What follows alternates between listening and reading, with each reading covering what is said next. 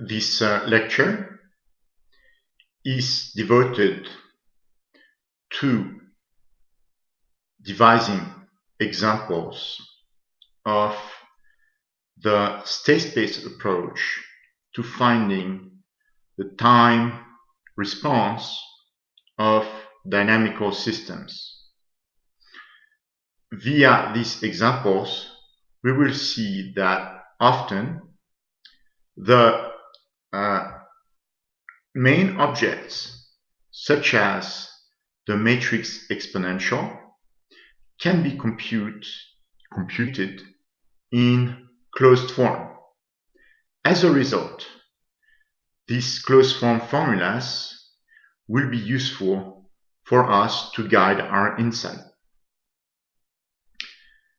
When we talk about state space systems, we actually talk about almost the same objects as transfer functions. Therefore, it would be normal to expect that a state space system behaves very much like a transfer function when we apply standard inputs such as steps and impulses. We would therefore also see that by means of a few examples. So let's begin by computing some examples of the matrix exponential. So if you remember, the matrix exponential is a core element to the solution in time to the differential equation x dot is equal to a times x plus b times u, with x of 0 is equal to x0.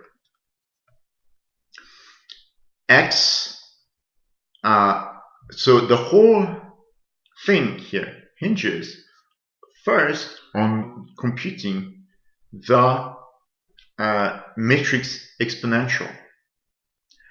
So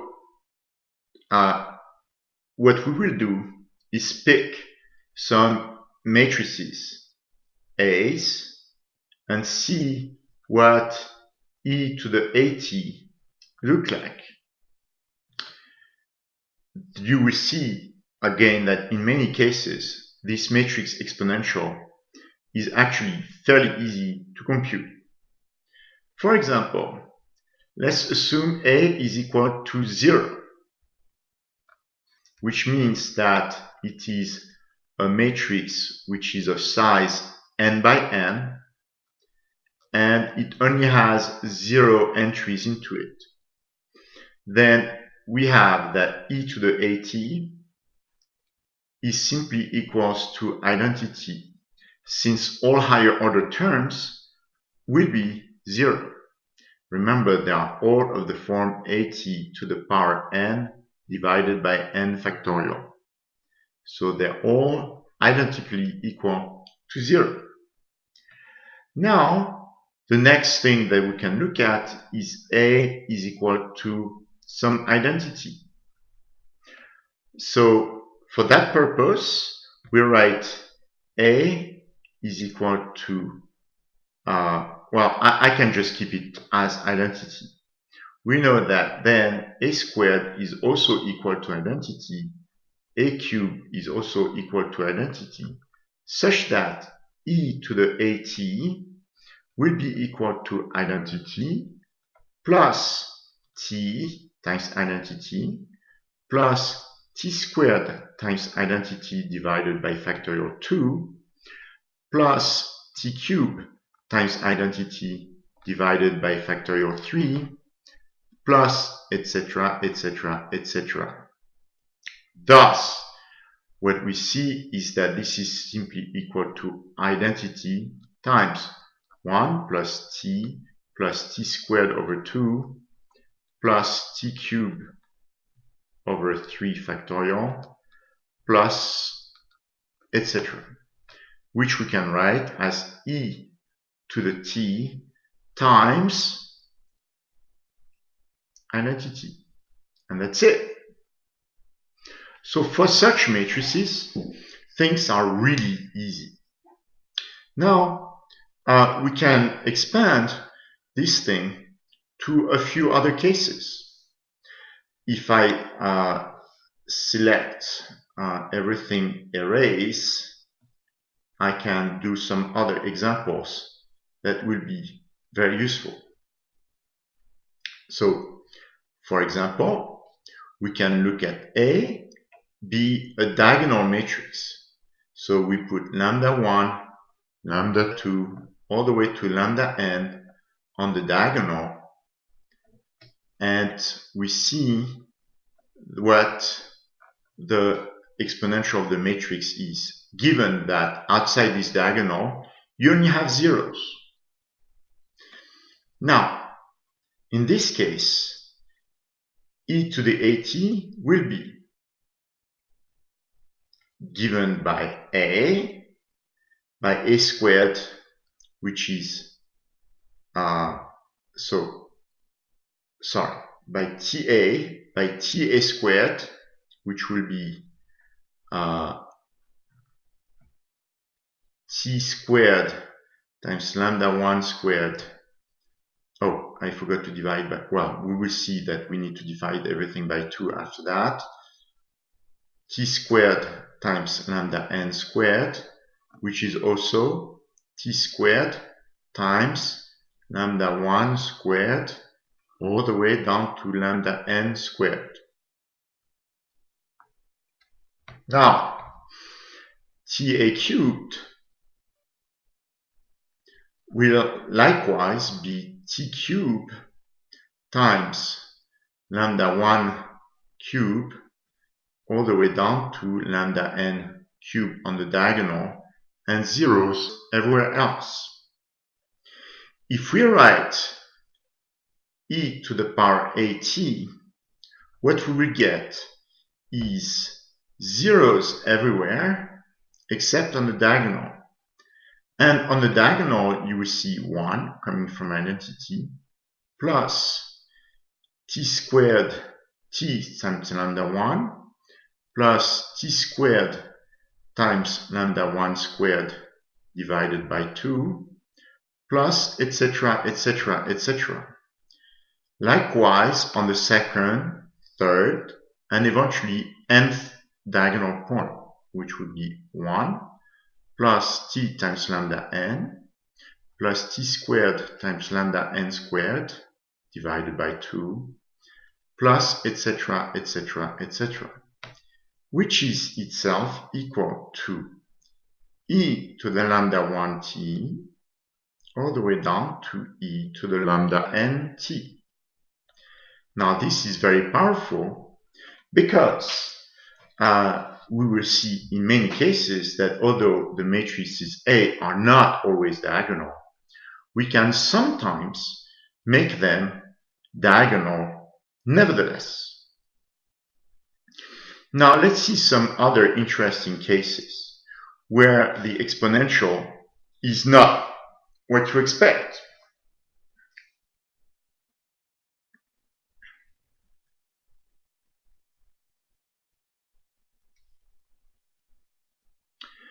So for example, we can be interested in A is equal to 0, 1, 0, 0. Now if A is equal to that, then we compute that A squared is equal to 0. So is A cubed. So is A to the power 4th. Therefore, what we get is that e to the at will simply be equal to identity plus t times a, which is 0, t, 0, 0. And then the higher power of a's are 0. We can therefore rewrite this as 1, 1, 0, t. When you think of it, it is an odd kind of an exponential.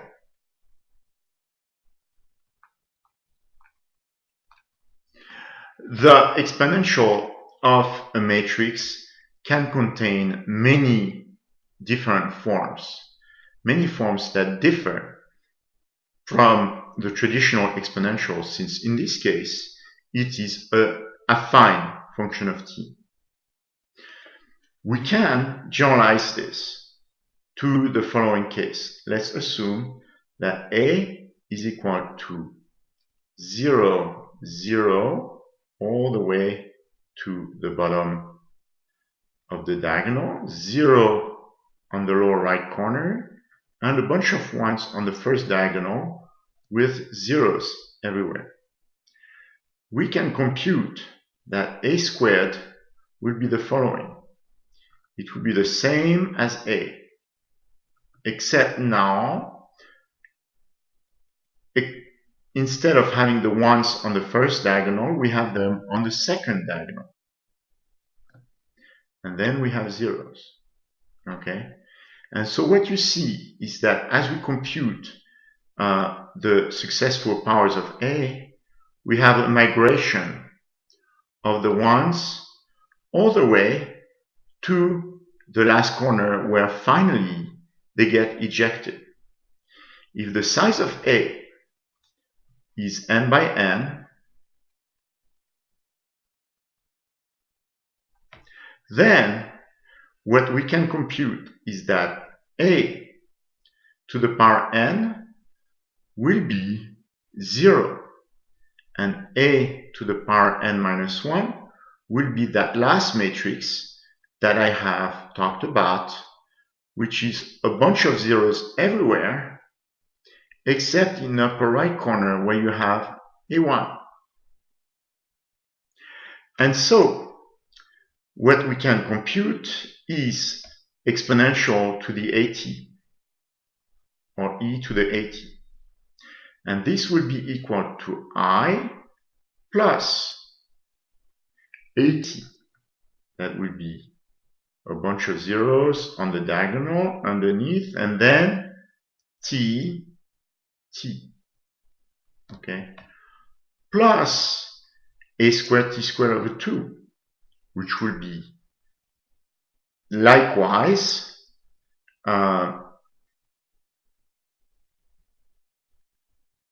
0,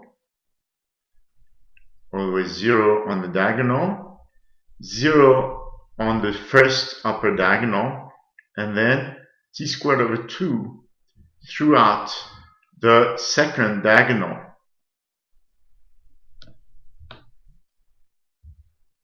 And so on and so forth. So, the net result is equal to the upper triangular matrix containing ones on its main diagonal, t's on the upper diagonal, t squared over 2 on the next diagonal, etc., etc., etc.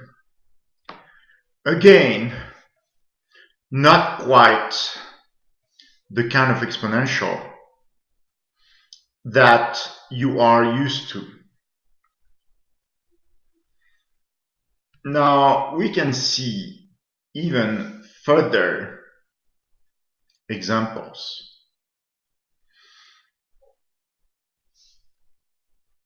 For that, let's erase the picture and look at, for example, matrices of the following kind. A is equal to, for example, minus 1, 0. Oh, my mistake.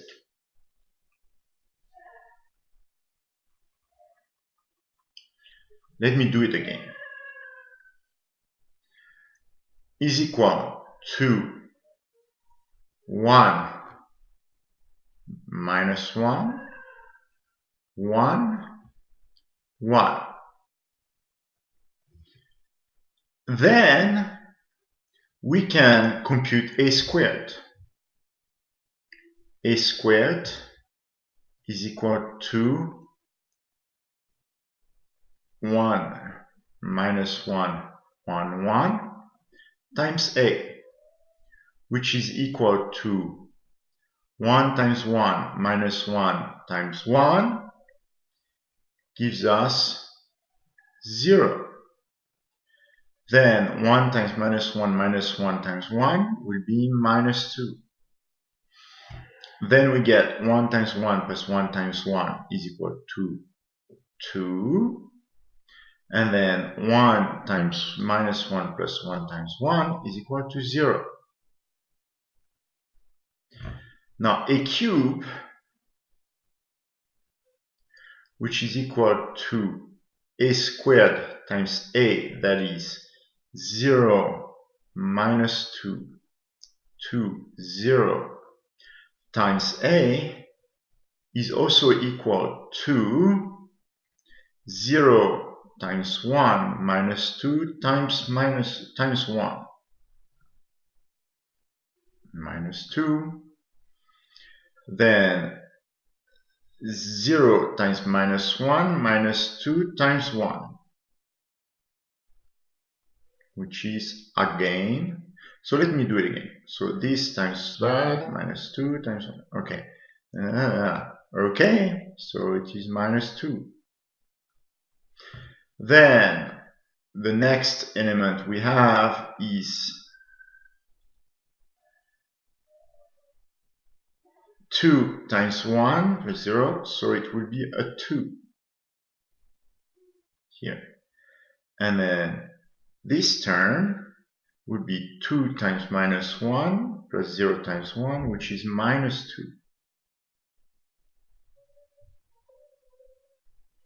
2. Okay? So we start seeing some similarity between this guy and this guy. However, not quite. So we can go to the next step and say this is equal, and compute a to the power 4, which would be this times this. Minus 2 times 1 minus 2 times 1 will be equal to minus 4. Minus 2 times minus 1 minus 2 times 1 will be 0.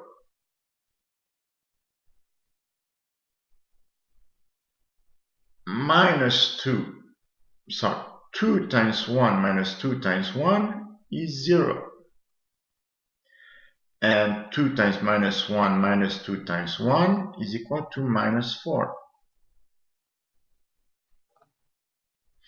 Such that finally a to the power 5 will simply be minus 4 times a, because we get a diagonal matrix made of the same coefficients times a. Alright. Enough to say that a to the 5th power is equal to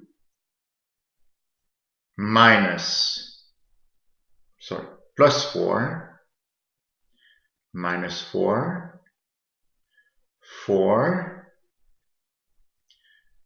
minus this plus 4 here, minus 4 here, and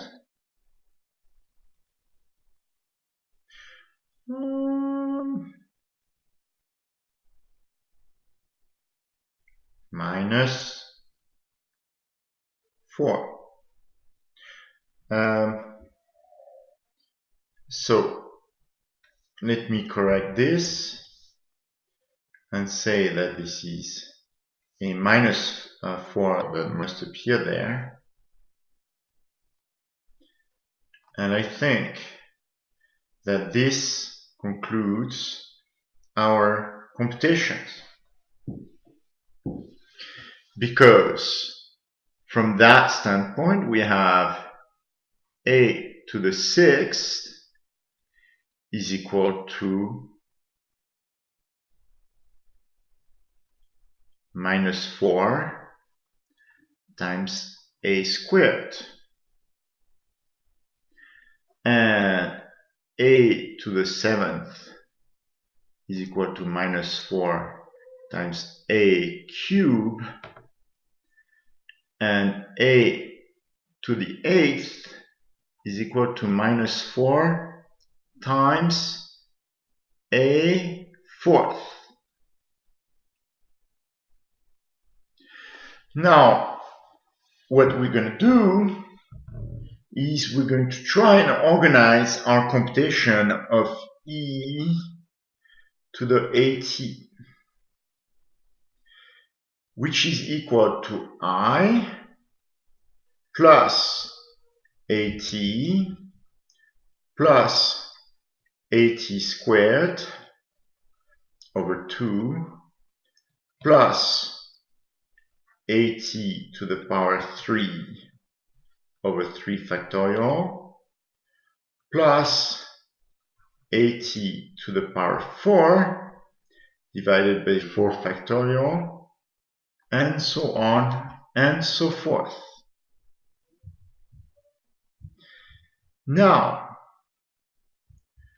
we can write that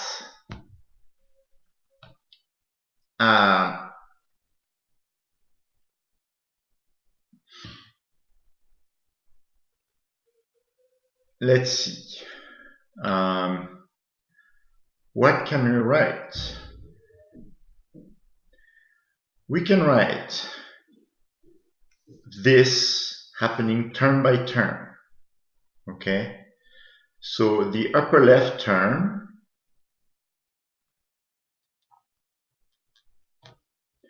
of this matrix e to the at, which is a 2 by 2 matrix,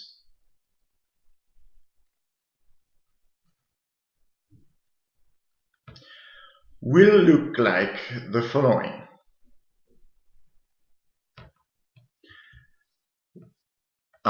Let me erase this thing here and just say that there will be 1 plus at, which is plus t, plus a squared t squared divided by 2, which will be plus 0 over 2 factorial,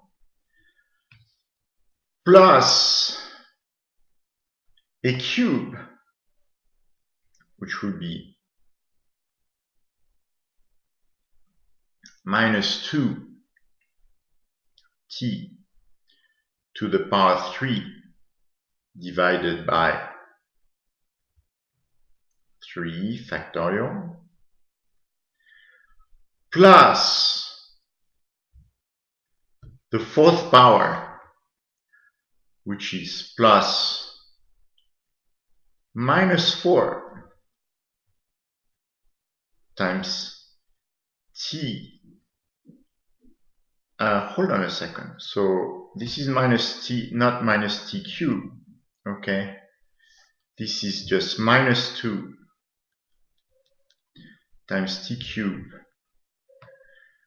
And then this is minus 4 times t to the power 4 divided by 4 factorial, plus, and then we have minus 4a. So it will be minus 4 times t to the power 5 divided by 5 factorial. And then we repeat the cycle.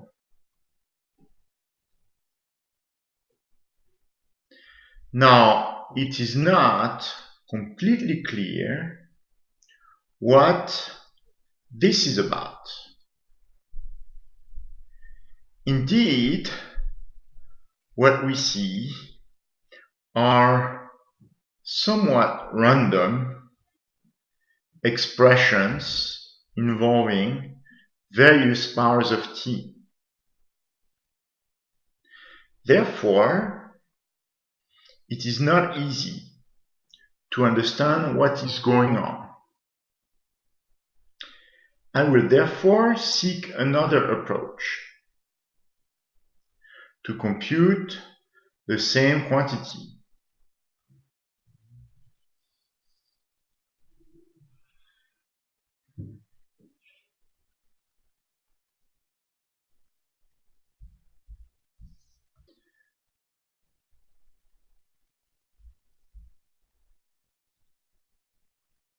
Let me restart with this A here. I can rewrite this as follows.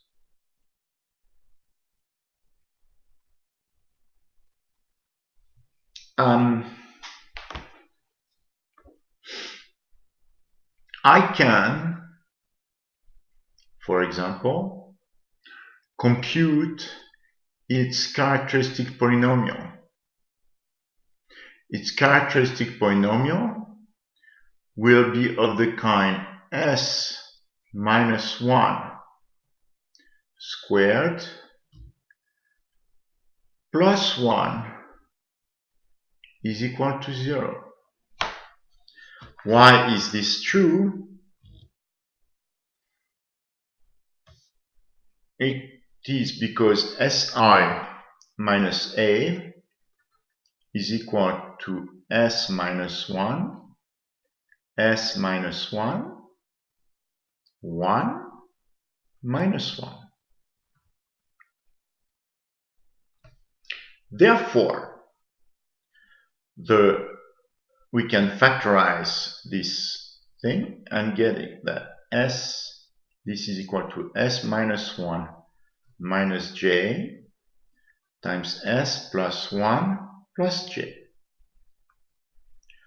My mistake, it is S minus 1 plus J.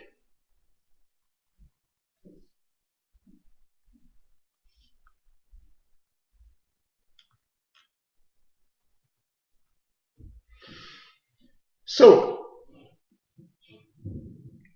if this is it, then we know that 1 plus J and 1 minus J are the two eigenvalues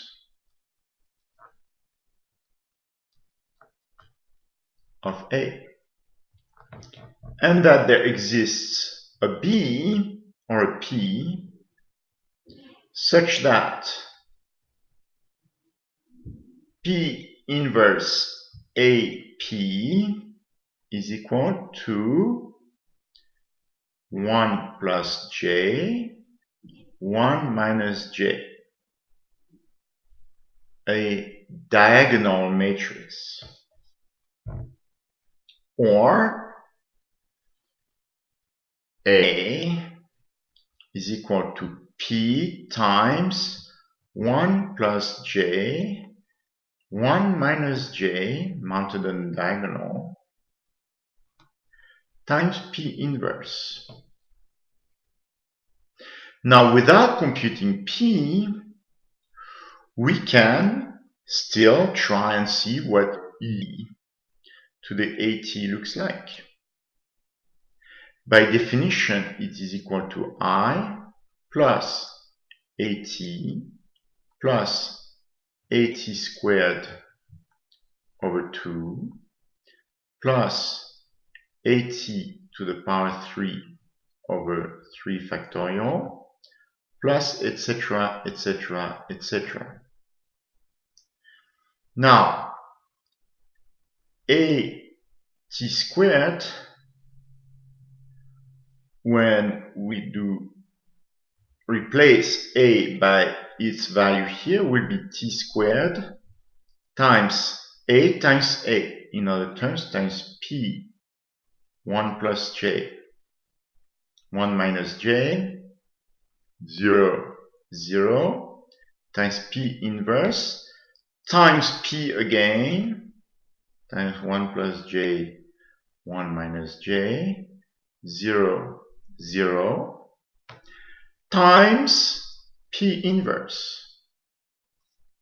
And what you see is that the two middle terms cancel each other, such that we can generalize and say that a t to the power n will be t to the power n times p times 1 plus j to the power n, 1 minus j to the power n on the diagonal, 0, 0 times p. We can now compute our exponential because we realize that we can rewrite this exponential as follows.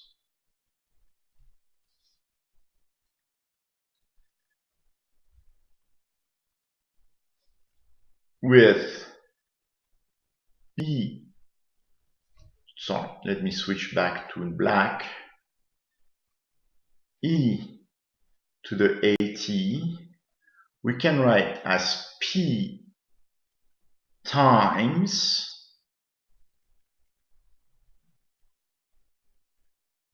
identity,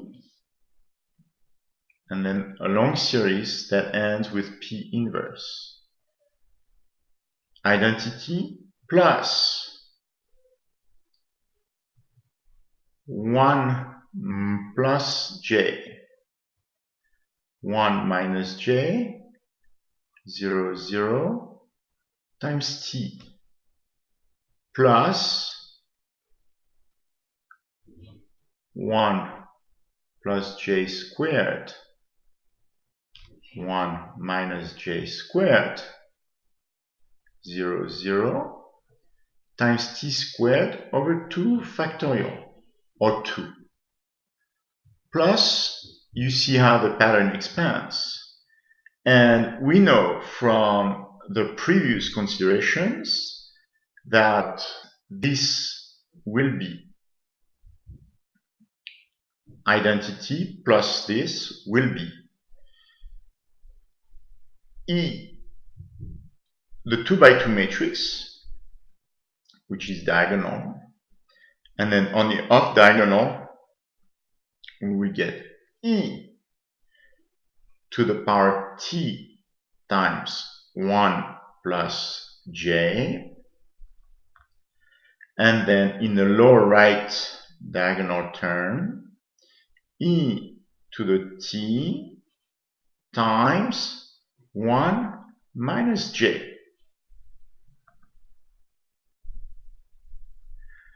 Times P inverse. So what we see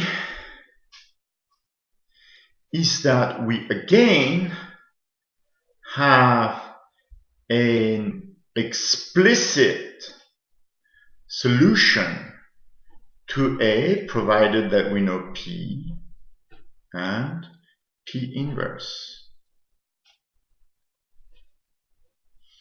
Now, rather than computing these guys, we're just gonna do it with the help of a computer.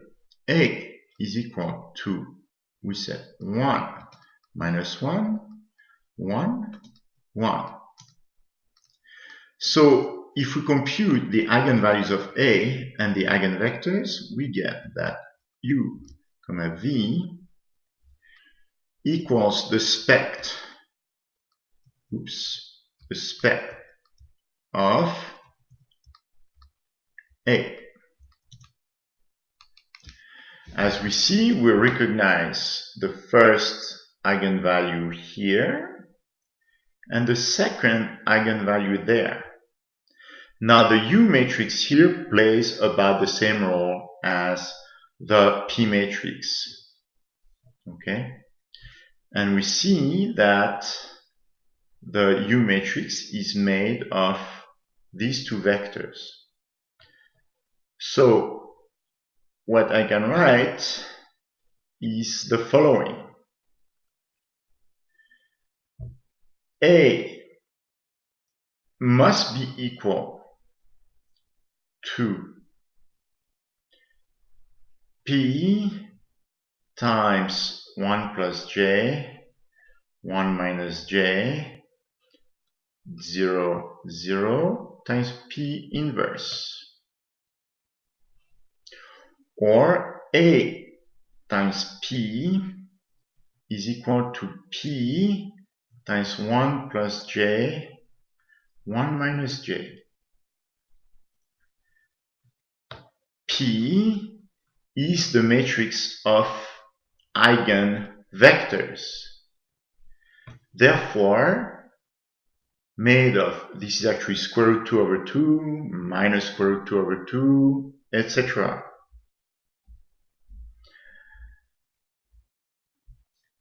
So we're going to say P is equal to square root 2 over 2 minus square root 2 over 2,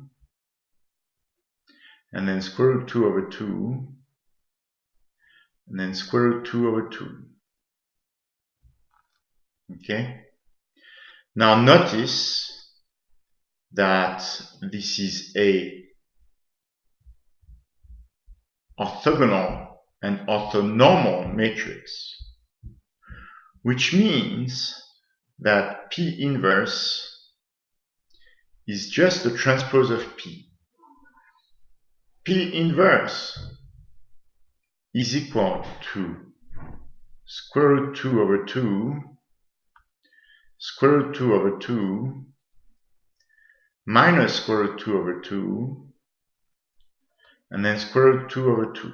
No need to do any calculation for this guy, we know it. We can cross-check by computing this guy times this guy plus this guy times this guy.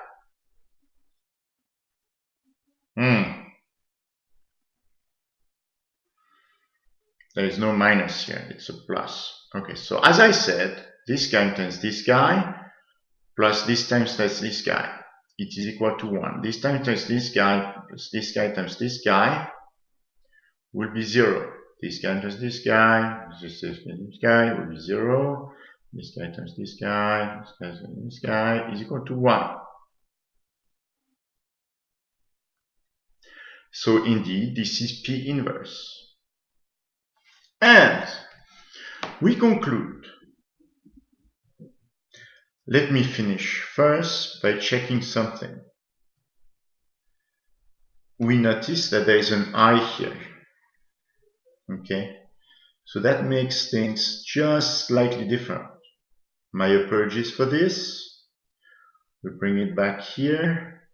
We put an I here. And I gather another I there. Alright, so that makes things a little more difficult, though, because we have this guy. Are these vectors orthogonal? No, they are not orthogonal anymore. Well, they are. So I think P inverse is still the transpose. What we're going to do is going to put an I here, we're going to put an I here, and see if it still works. Square root 2, square root 2 is 1. Right? Square root 2 times I, square root 2 times I, yes, that's 0.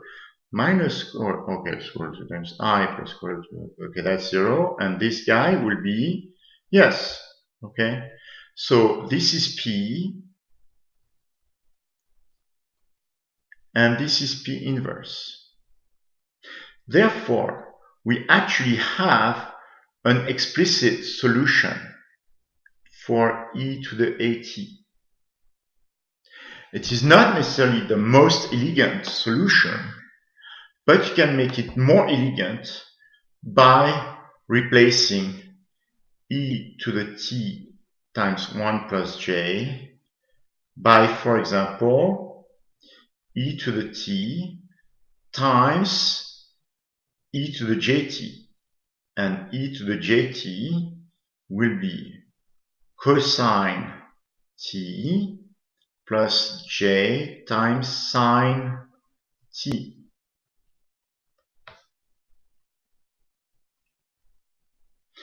So let me finish these derivations by erasing a little bit of all this and making room for everything. Which one can I still save? I may want to save this.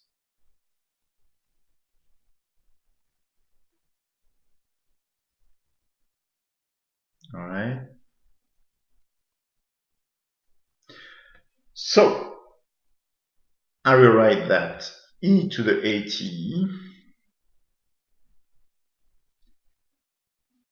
will be simply equal to p times this times p inverse, which is square root 2 over 2, square root 2 over 2, minus square root 2 over 2 times I, square root 2 over 2 times I, times this guy, e to the t times 1 plus j, 0, 0, e to the t times 1 minus j,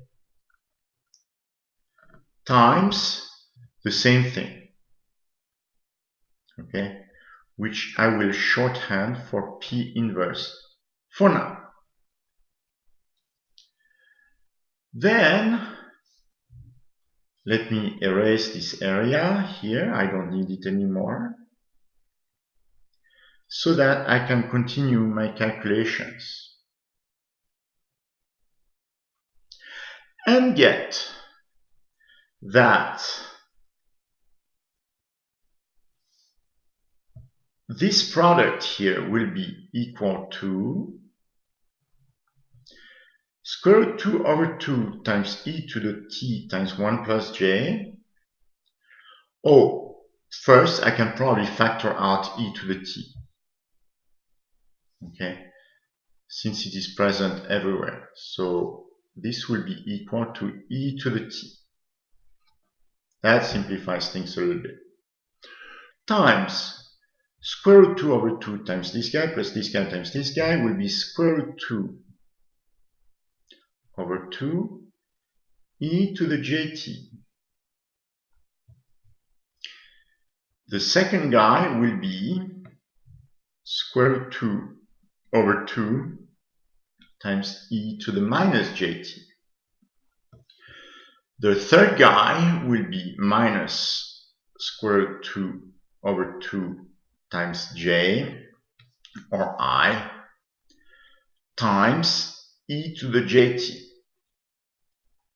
And then last, we get square root 2 over 2j times e to the minus jt, which we need to multiply with p inverse, which we can now expand as square root 2 over 2, square root 2 over 2i,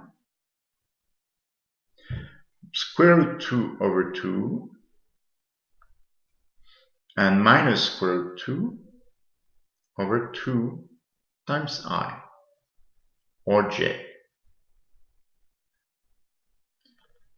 And we get that this is equal to e to the power t times square root 2 over 2 e to the jt times square root 2 over 2. That is 1/2 of e to the jt plus 1/2 e to the minus jt. Second term, minus 1/2 times j times e to the jt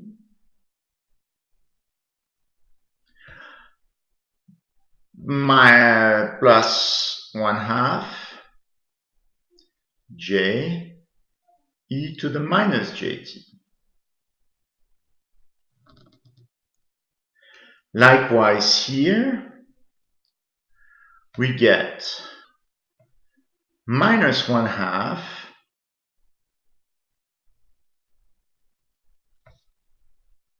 j.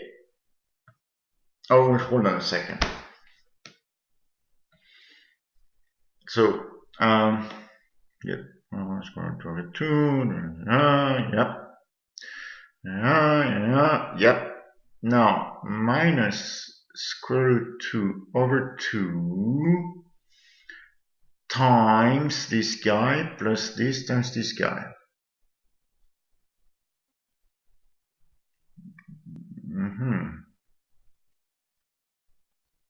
Okay, so minus square root of j. Oh, yes. J e to the jt. And then plus 1/2 j e to the minus jt.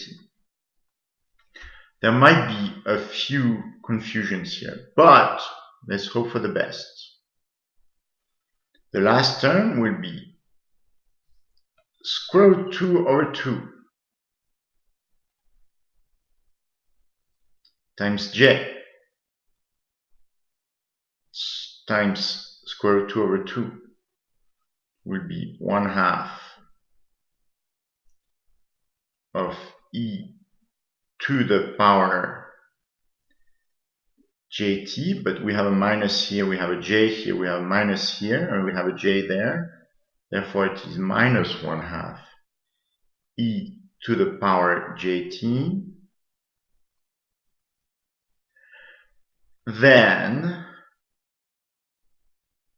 plus this term times that term, which is another minus 1/2 e to the minus jt. We can now simplify this expression to say that it will be e to the t times. This happens to be cosine t. That happens to be sine t.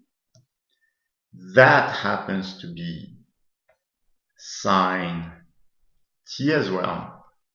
And that happens to be minus cosine of t. Therefore, we have this very simple expression for the exponential of at. Last,